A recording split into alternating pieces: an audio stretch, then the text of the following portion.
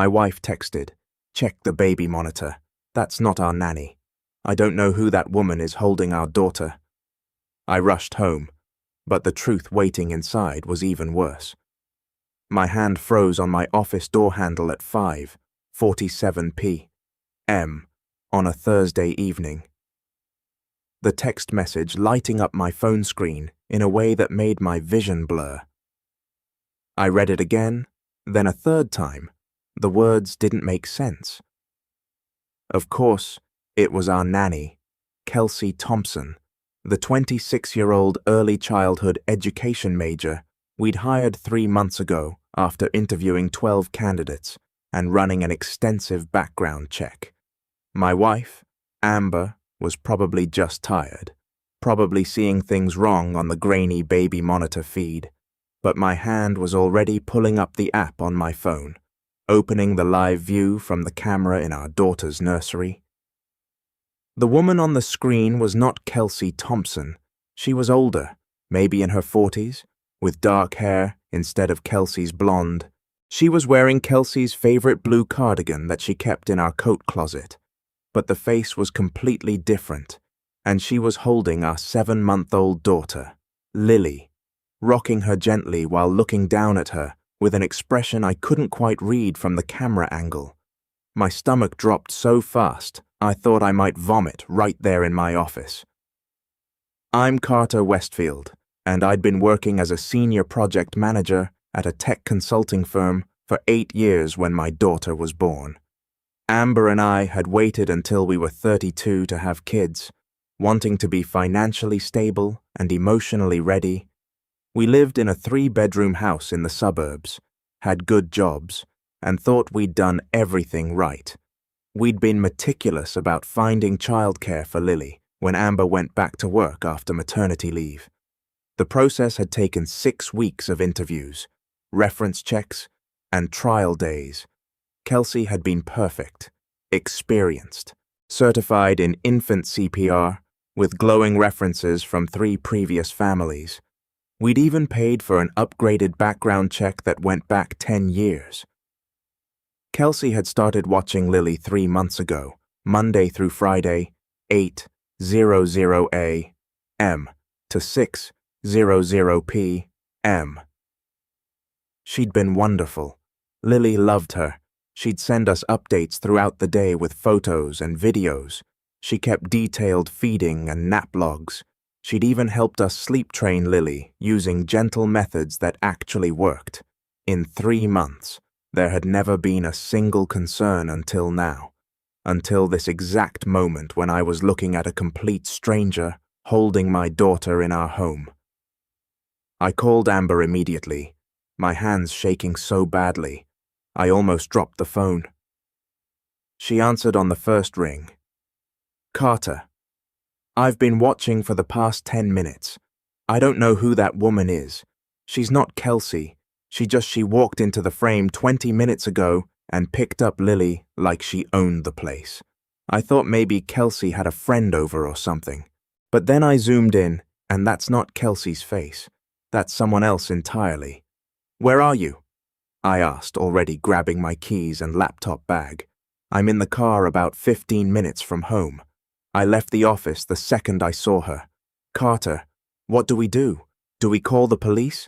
What if she's dangerous? What if?" Amber's voice cracked. "What if she does something to Lily before we get there?" I was already running through the office, ignoring confused looks from co-workers. "I'm leaving right now. I'm 10 minutes away. Don't call the police yet. Let me..." I didn't know what to say. "Let me what?" "Just keep watching the monitor. If she does anything at all that looks dangerous, you call 911 immediately. I'm calling Kelsey right now." I hung up and dialed Kelsey's number while I sprinted to my car in the parking garage. It rang 4 times and went to voicemail. I tried again. Voicemail. 3rd time. Voicemail. My heart was pounding so hard I could hear it in my ears. I opened my text thread with Kelsey and saw our last exchange from this morning. Her usual cheerful update about Lily eating all her breakfast and being in a good mood. Everything had seemed completely normal. I texted, "Kelsey, I need you to call me immediately. Where are you right now?" No response. The message showed as delivered but not read. I peeled out of the parking garage doing 40 in a 25 zone. My phone mounted on the dashboard with the baby monitor app open. The woman, whoever she was still just rocking Lily, moving around the nursery in a slow circle. She was singing something. I couldn't hear the audio through the app because we'd turned the sound off months ago to avoid the feedback loop, but I could see her lips moving. Lily looked calm, not distressed. That should have been comforting, but it just made everything more surreal and wrong. My phone rang. Unknown number. I answered on speaker. "This is Carter." A woman's voice. Shaky and scared. "Mr. Westfield. This is Kelsey. I'm calling from someone else's phone. Mine was stolen. I'm at the police station right now." My foot hit the brake instinctively, nearly causing the car behind me to rear-end me. "What? What happened? Where are you?" Kelsey was crying. "I was at the coffee shop on Maple Street this morning before work." I always stopped there. Someone must have taken my bag from my chair while I was ordering. My wallet, my phone, my keys, everything, including the spare key to your house that you gave me for emergencies. The spare key. We'd given her a key 3 weeks into her employment after she'd proven reliable. It was supposed to make things easier if we were running late, or if there was an emergency. "Kelsey, who's at my house right now? There's a woman there with my daughter, and it's not you." Silence on the other end. "What? No, that's impossible. I called you from the police station as soon as I realized my things were stolen. I was supposed to be at your house 30 minutes ago, but I've been here filling out reports and trying to cancel my credit cards. Nobody should be there. There's someone there." My voice came out strangled. "There's a woman in my daughter's nursery who's not you. She's wearing your blue cardigan and holding my baby." I heard Kelsey make a sound like she'd been punched. "Oh my God. Oh my God. Mr. Westfield, you need to call the police right now. This isn't a coincidence. Someone planned this. Someone knew I would be at that coffee shop. They knew about your house, about Lily. This was targeted." She was right. The realization hit me like ice water. This wasn't random. Someone had stolen Kelsey's identity, her access to our home, her position with our daughter. Someone had been planning this. I was 7 minutes from home. "Kelsey, I have to go. I'm calling 911. I hung up and immediately dialed emergency services, my hands so sweaty I could barely hold the phone. 911? What's your emergency?" The operator's voice was calm and professional. "There's a stranger in my house with my baby. My nanny's identity was stolen and someone else is there pretending to be her. I'm on my way home right now." I rattled off my address. The operator asked me to stay on the line while she dispatched officers. "Sir, I need you to not enter the house until police arrive. The individual could be dangerous. My daughter is in there." I was shouting now. "I'm not waiting outside while some stranger has my baby." The operator tried to talk me down, explaining protocol, but I could see my street up ahead. I could see Amber's silver Nissan, parked 3 houses down from ours, pulled over at an angle like she'd stopped in a panic. I pulled up behind her, and she was out of her car, immediately running to mine. Her face was streaked with tears. She's still just rocking her. Nothing's changed. "But Carter, we need to get in there. We need to get Lily." The operator was still talking in my ear about waiting for police, but I was already out of the car. Amber grabbed my arm. "What if she runs? What if she takes Lily and runs when she sees us?" I looked at our house. From the outside, everything looked normal. Lights on in the living room and kitchen, the front door closed, no signs of disturbance. Police are 2 minutes out, I told Amber, checking the app the operator had made me download. We wait. We watch the monitor. If she tries to leave, we block the exits. Those 2 minutes felt like 2 hours. We stood in the street, both of our phones open to the baby monitor app, watching this stranger move through our daughter's room. She'd put Lily down in the crib now and was changing her diaper. The casual intimacy of it. This woman touching our baby, caring for her like she had every right, made me want to break down the door. But Lily was safe for now. She was calm. We had eyes on her. I held on to that. 2 patrol cars pulled up at 6:04 p.m. Lights off but moving fast. 4 officers emerged. The lead officer, a woman in her 50s with graying hair pulled back in a tight bun, approached us. "I'm Sergeant Rachel Kowalski. I've been with the department for 23 years. Tell me what we're dealing with." I explained everything in a rush. The stolen identity, the stranger in the house, our daughter in the nursery. Sergeant Kowalski listened carefully, then looked at my phone, showing the baby monitor feed. Her expression hardened. "We're going in. The child's safety is priority 1. I need you both to stay here." "That's our daughter," Amber said, her voice breaking. Please just get her out safely." Sergeant Kowalski nodded. "That's exactly what we're going to do."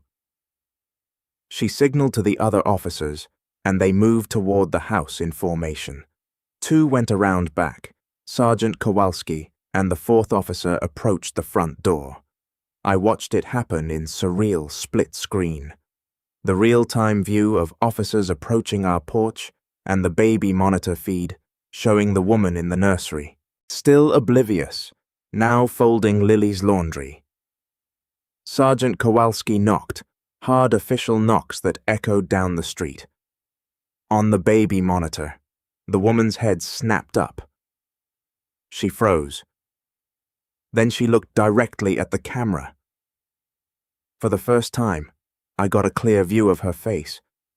She was probably 45 with dark eyes and sharp features, and she was smiling, not a friendly smile, something else, something that made my skin crawl. She picked up Lily from the crib and walked out of frame. "No!" Amber screamed. "She's taking her! She's moving!" I shouted to Sergeant Kowalski, who was already on her radio, ordering the back officers to watch all exits. I heard wood splintering. They were forcing the door, then shouting, officers announcing themselves, ordering someone to stop. Amber and I were running toward the house before we even consciously decided to move. Another officer tried to stop us at the front walk, but I pushed past him. Inside our house, the front door hanging crooked on its hinges, I could hear Lily crying. That sound, the sound of my daughter scared and confused, obliterated every rational thought. I ran toward the nursery. Sergeant Kowalski had the woman against the wall, hands behind her back, being cuffed. Another officer had Lily holding her carefully, trying to calm her. The officer saw me and immediately handed her over. "She's fine. She's not hurt, just scared from all the noise." I took my daughter, and she immediately quieted, grabbing onto my shirt with her tiny fists. Amber was there seconds later, and we both just held her, checking her over frantically for any sign of harm. She was fine, physically fine, just confused and upset from the sudden chaos. The woman in handcuffs was staring at us, that same wrong smile on her face. "You have a beautiful daughter," she said. Her voice was soft, almost gentle. "I've been taking such good care of her." Sergeant Kowalski jerked the woman toward the door. "Don't say another word." But the woman kept talking as they led her away. I would have been a better mother than you. I would have given her everything. She would have been so happy with me. The words made my blood run cold. This wasn't a burglary. This wasn't even kidnapping for ransom. This was something worse, something more personal and more twisted. After they took the woman away, 2 more officers arrived, detectives this time. The lead detective introduced himself as Thomas Brennan, a 15-year veteran of the department's Major Crimes Division. He was in his early 40s, wearing a rumpled suit and carrying a worn leather notebook. His partner, Detective Lisa Chen. Wait, I can't use that name. His partner, Detective Lisa Nguyen, was younger, maybe early 30s, with alert eyes that missed nothing. They asked us to sit down and walk through everything from the beginning. We did the whole story, hiring Kelsey, the theft this morning, the discovery on the baby monitor. Detective Brennan took detailed notes. The woman we arrested has no ID on her. She's refusing to give us her name, but we ran her fingerprints and got a hit. Her name is Patricia Dunn. She's 46 years old and has a record. He paused, looking at his notes like he was deciding how much to tell us. She was arrested 8 years ago for attempting to abduct an infant from a shopping mall. She did 3 years in prison and was released on parole 5 years ago. The room started spinning. A woman with a history of trying to steal babies had been in our house with our daughter. Amber made a sound like a wounded animal and clutched Lily tighter. How did she know about us? About Kelsey? Detective Nguyen answered. That's what we're working to find out. We've already sent officers to that coffee shop on Maple Street to pull security footage. We need to determine if Patricia Dunn was the one who stole Kelsey's bag or if she had an accomplice. Either way, this was planned. She didn't just randomly end up in your home. Over the next several hours, while crime scene text processed our house and detectives interviewed us separately, a picture emerged. Patricia Dunn had been following Kelsey for at least 2 weeks. Security footage from the coffee shop showed Patricia sitting at a nearby table the previous Thursday, the Thursday before that, and again this morning. She'd been learning Kelsey's routine this morning. When Kelsey set her bag down to order, Patricia had grabbed it and disappeared within 30 seconds. Kelsey hadn't even noticed until she returned to her table, but the planning went deeper than that. Detective Brennan showed us Patricia's phone, which they'd recovered from the house. She had photos of our home, our street, our cars. She had screenshots of Kelsey's social media posts, including ones where Kelsey had mentioned working for the sweetest family with the most adorable baby girl. She had notes about our schedules, when I left for work, when Amber left, when Kelsey usually arrived. She'd been stalking us for weeks, maybe longer. Why us? Amber asked, her voice hollow. Why our daughter? Detective Nguyen hesitated. Patricia Dunn lost a daughter 20 years ago. The child died from sudden infant death syndrome at 7 months old. According to her psychiatric records from her previous arrest, she's never accepted the death. She's been fixated on finding a replacement. She's attempted this before, and she'll likely attempt it again if given the chance. 7 months old, the same age as Lily. The calculation was too precise to be coincidence. The detectives wanted to search Patricia Dunn's apartment, and they needed our permission to use evidence found in our home. We gave it immediately. They left around 10 p.m., promising to update us as the investigation progressed. We were left in our house, our home that no longer felt safe with our daughter, and a front door that had been kicked in. Amber's brother came over to help me install a temporary fix on the door, and then stayed the night on our couch. Neither Amber nor I slept. We took turns holding Lily, watching her breathe, reassuring ourselves that she was safe. The next morning, Detective Brennan called. We searched Patricia Dunn's apartment. I need you to come down to the station. There's something you need to see. His tone made my stomach churn. Amber and I left Lily with Amber's mother and drove to the police station in silence. In an interview room, Detective Brennan had laid out photos on the table. We found these in Dunn's apartment. I'm sorry, but you need to know the extent of what she was planning. The photos showed a bedroom set up like a nursery, pink walls, a crib with a mobile, a changing table stocked with diapers and wipes. But the details were what made it nightmarish. The walls were covered with photos of Lily, dozens of them printed and arranged in neat rows. Photos taken from outside our house through windows, photos from Kelsey's social media, photos that Dunn must have taken herself while watching us. In one corner of the room was a collection of baby clothes, all in Lily's size, price tags still attached, a closet full of supplies, formula, bottles, toys. She was building a life for your daughter, Detective Venuan said quietly. This wasn't a spur-of-the-moment thing. She'd been preparing this for months. We found receipts going back to January. That was when Lily was 2 months old. Before we'd even hired Kelsey, Patricia Dunn had been planning to take our daughter for half of Lily's entire life. They showed us more.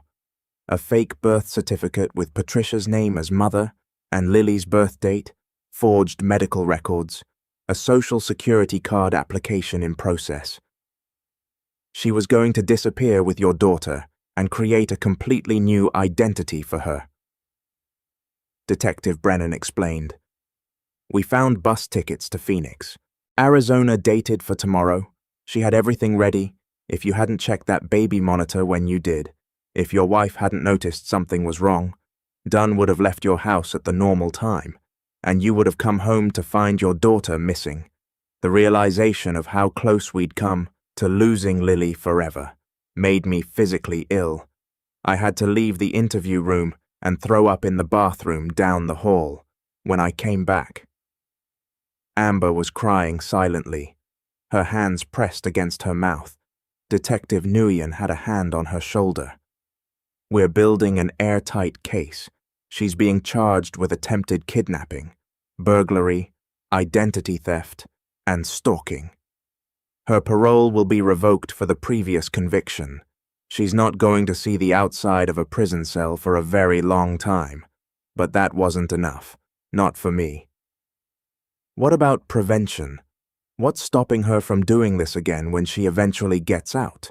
What's stopping her from fixating on another family? Another baby? Detective Brennan's expression was grim. The system isn't perfect. All we can do is make sure the sentence is as long as possible and recommend psychiatric evaluation. But ultimately, the parole board will make those decisions years from now. Over the following weeks, the case against Patricia Dunn built momentum. The prosecutor, Assistant District Attorney Michael Vaughn, who'd been with the DA's office for 12 years, called us in for multiple meetings. He showed us the evidence they'd compiled, the photos, the fake documents, the detailed surveillance records. Patricia had kept a journal documenting every time she'd seen Lily, describing her as my angel and my second chance. The entries were disturbing in their delusion and detail, but there was a complication. Patricia Dunn's defense attorney, a public defender named Sandra Ellis, was mounting a defense based on mental illness. She's going to argue that Dunn was not in her right mind, that she genuinely believed Lily was her daughter, reincarnated, or some similar delusion. She'll push for psychiatric facility placement instead of prison. Michael Vaughn's jaw tightened. We're countering with the evidence of premeditation. This wasn't a psychotic break. This was calculated, planned, methodical. She knew exactly what she was doing. The preliminary hearing was scheduled for 6 weeks after the arrest. Amber and I had to testify about the timeline of events, about our hiring of Kelsey, about the discovery on the baby monitor. Patricia Dunn sat at the defense table, staring at us the entire time with that same unsettling smile. During a break, she tried to approach us in the hallway. Bailiff stopped her, but she managed to call out, "I would have loved her better than you do. I would have kept her safe." The judge, Honorable Margaret Thorne, who'd been on the bench for 18 years, ordered Patricia Dunn to remain silent, but the damage was done. Those words echoed in my head for weeks.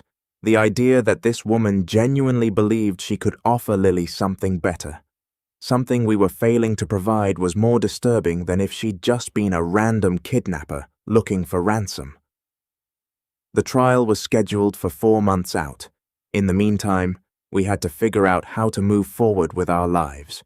We couldn't go back to using a nanny. Neither of us could trust leaving Lily with anyone anymore. Amber reduced her hours at work. I arranged to work from home 3 days a week. We installed a comprehensive security system with cameras covering every angle of the property. We changed all our locks, upgraded to smart locks that logged every entry. We varied our routines deliberately, never going to the same places at the same times. But the paranoia was exhausting. Every stranger who looked at Lily in the grocery store felt like a threat. Every car that drove slowly past our house felt like surveillance. Amber started having panic attacks. I wasn't sleeping more than 3 or 4 hours a night. We both started therapy, first individually, then as a couple. Our therapist, Dr. Kenneth Shaw, who specialized in trauma and PTSD, helped us understand that what we were experiencing was normal given the circumstances. You've had your sense of safety violated in the most fundamental way. Someone targeted your child in your own home. It's going to take time to rebuild that feeling of security. 3 months after the arrest, Michael Vaughn called with news. Patricia Dunn's psychological evaluation came back. She's been diagnosed with delusional disorder and complicated grief, but the psychiatrist confirmed she was competent to stand trial and understood the wrongfulness of her actions. This actually helps our case. She knew what she was doing was illegal, but she did it anyway. That's not insanity, that's criminal intent. The trial began on a Monday morning in late September. The courthouse was old with dark wood paneling and high ceilings that made every sound echo. Amber and I sat in the gallery, Lily staying with Amber's parents.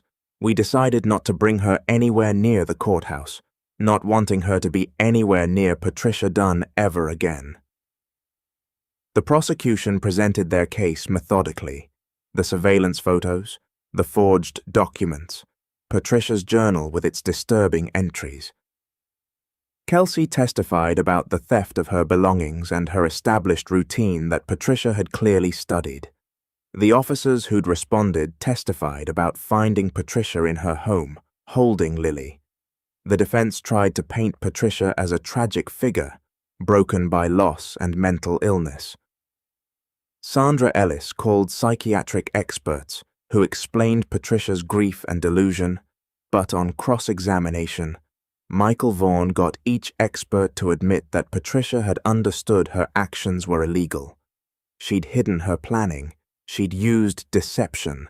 She'd worn Kelsey's clothing to maintain the disguise.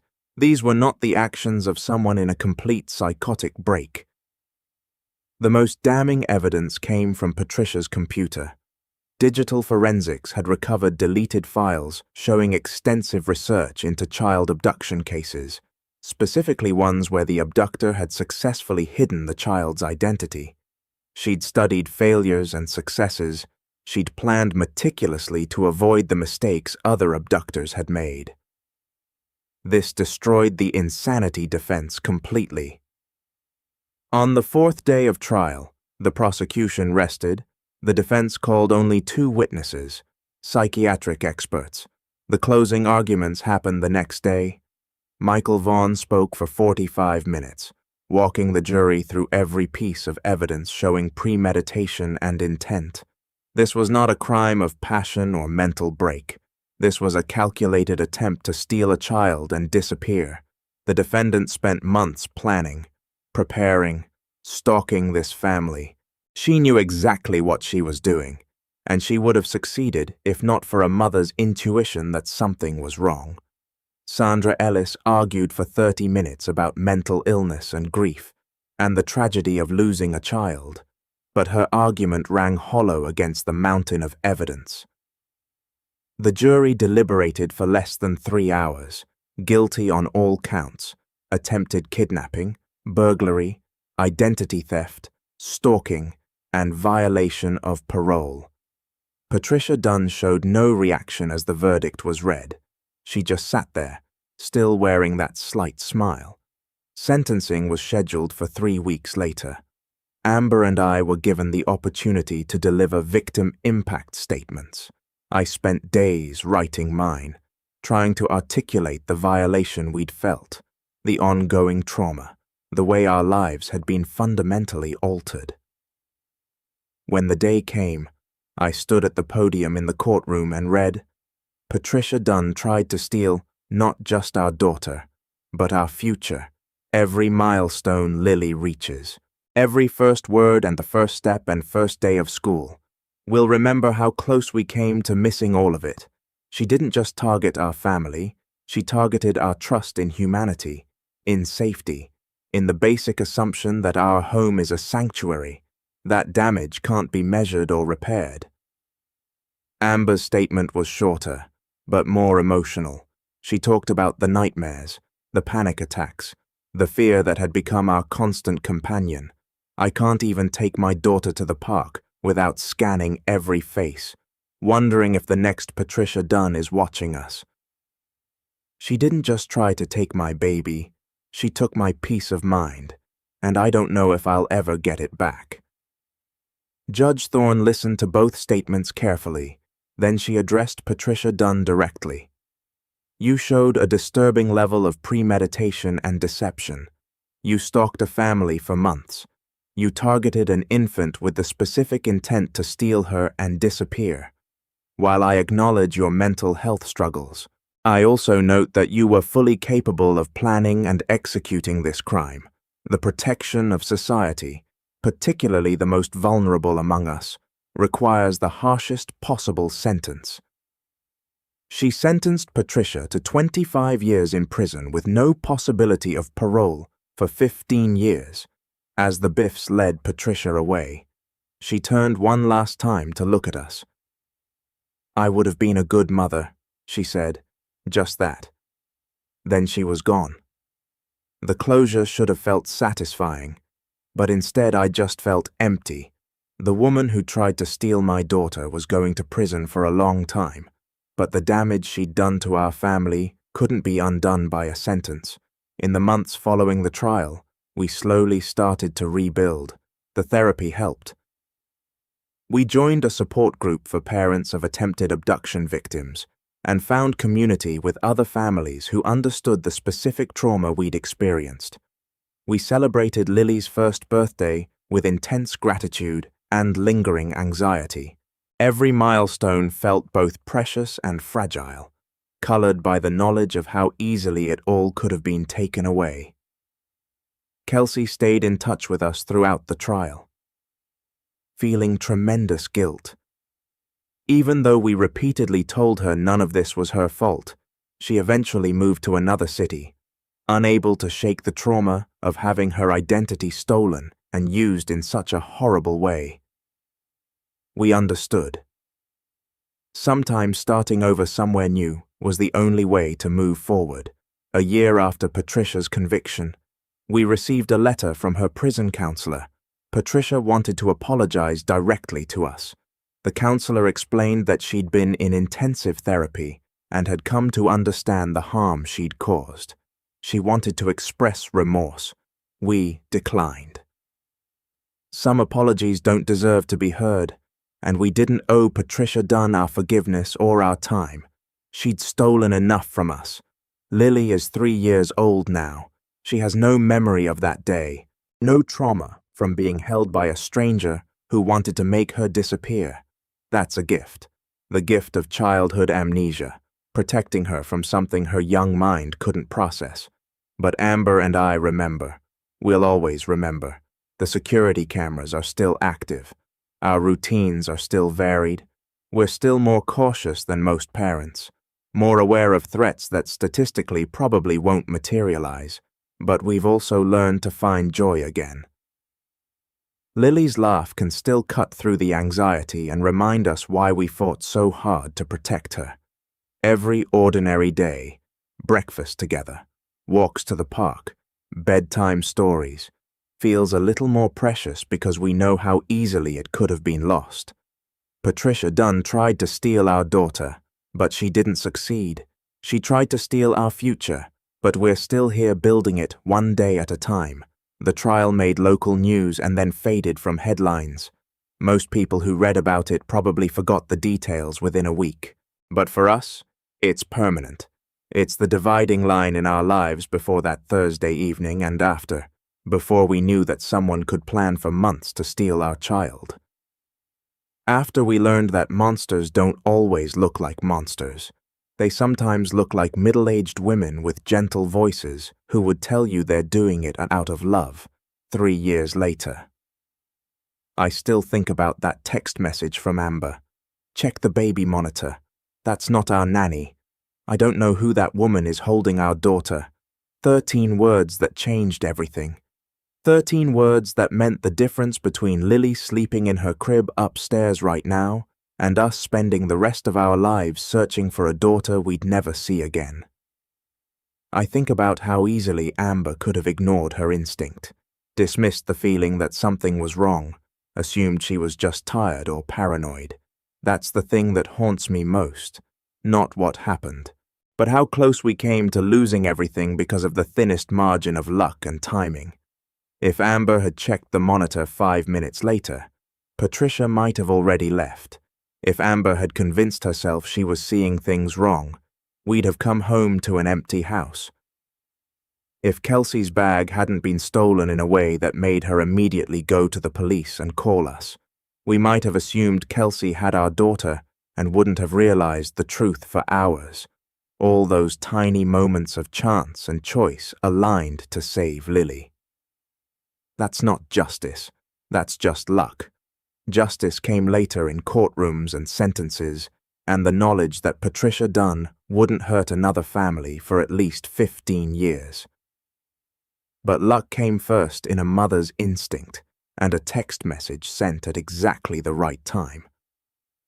I've learned that protecting your children isn't about perfect security systems or background checks or careful planning. Those things help, but they're not enough. Sometimes protection comes down to trusting your gut when something feels wrong, even if you can't articulate why. Sometimes it's about being willing to look paranoid or overprotective, because the alternative is too terrible to risk. Lily is asleep upstairs right now in her room with the upgraded security cameras and the new smart locks and all the precautions we take that most parents would probably consider excessive. Amber is beside me on the couch, both of us monitoring the feeds on our phones, even though we know rationally that lightning rarely strikes twice. But rational doesn't really matter when you've lived through what we lived through.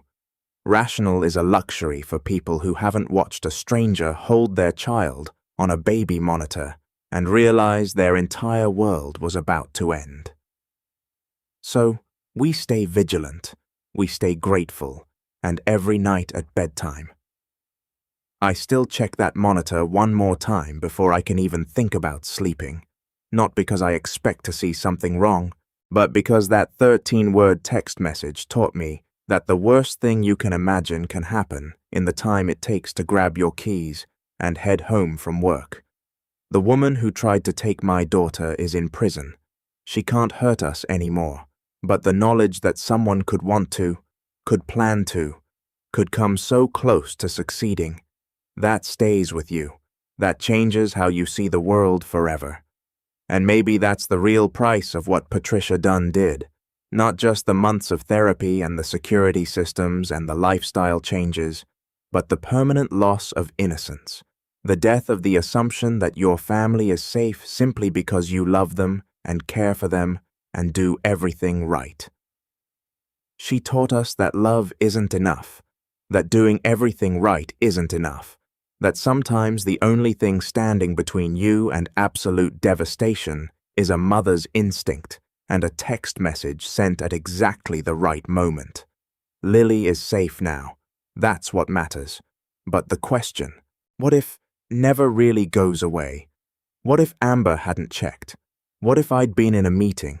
What if Kelsey hadn't reported the theft immediately? What if? What if? What if? Those questions don't have answers, and I've learned to live with that uncertainty. I've learned that you can't protect against everything, but you can pay attention. You can trust your instincts. You can take that extra second to check the monitor, even when you're tired and ready to go home. Because sometimes that extra second is all that stands between your normal life and a nightmare you'll never wake up from. And I'll never stop being grateful that we took that second, that we checked, that we acted, that our daughter is asleep upstairs instead of lost somewhere we'd never find her. That's not justice, it's just survival. But some days, survival is enough. If you made it this far, hit like, you've earned it.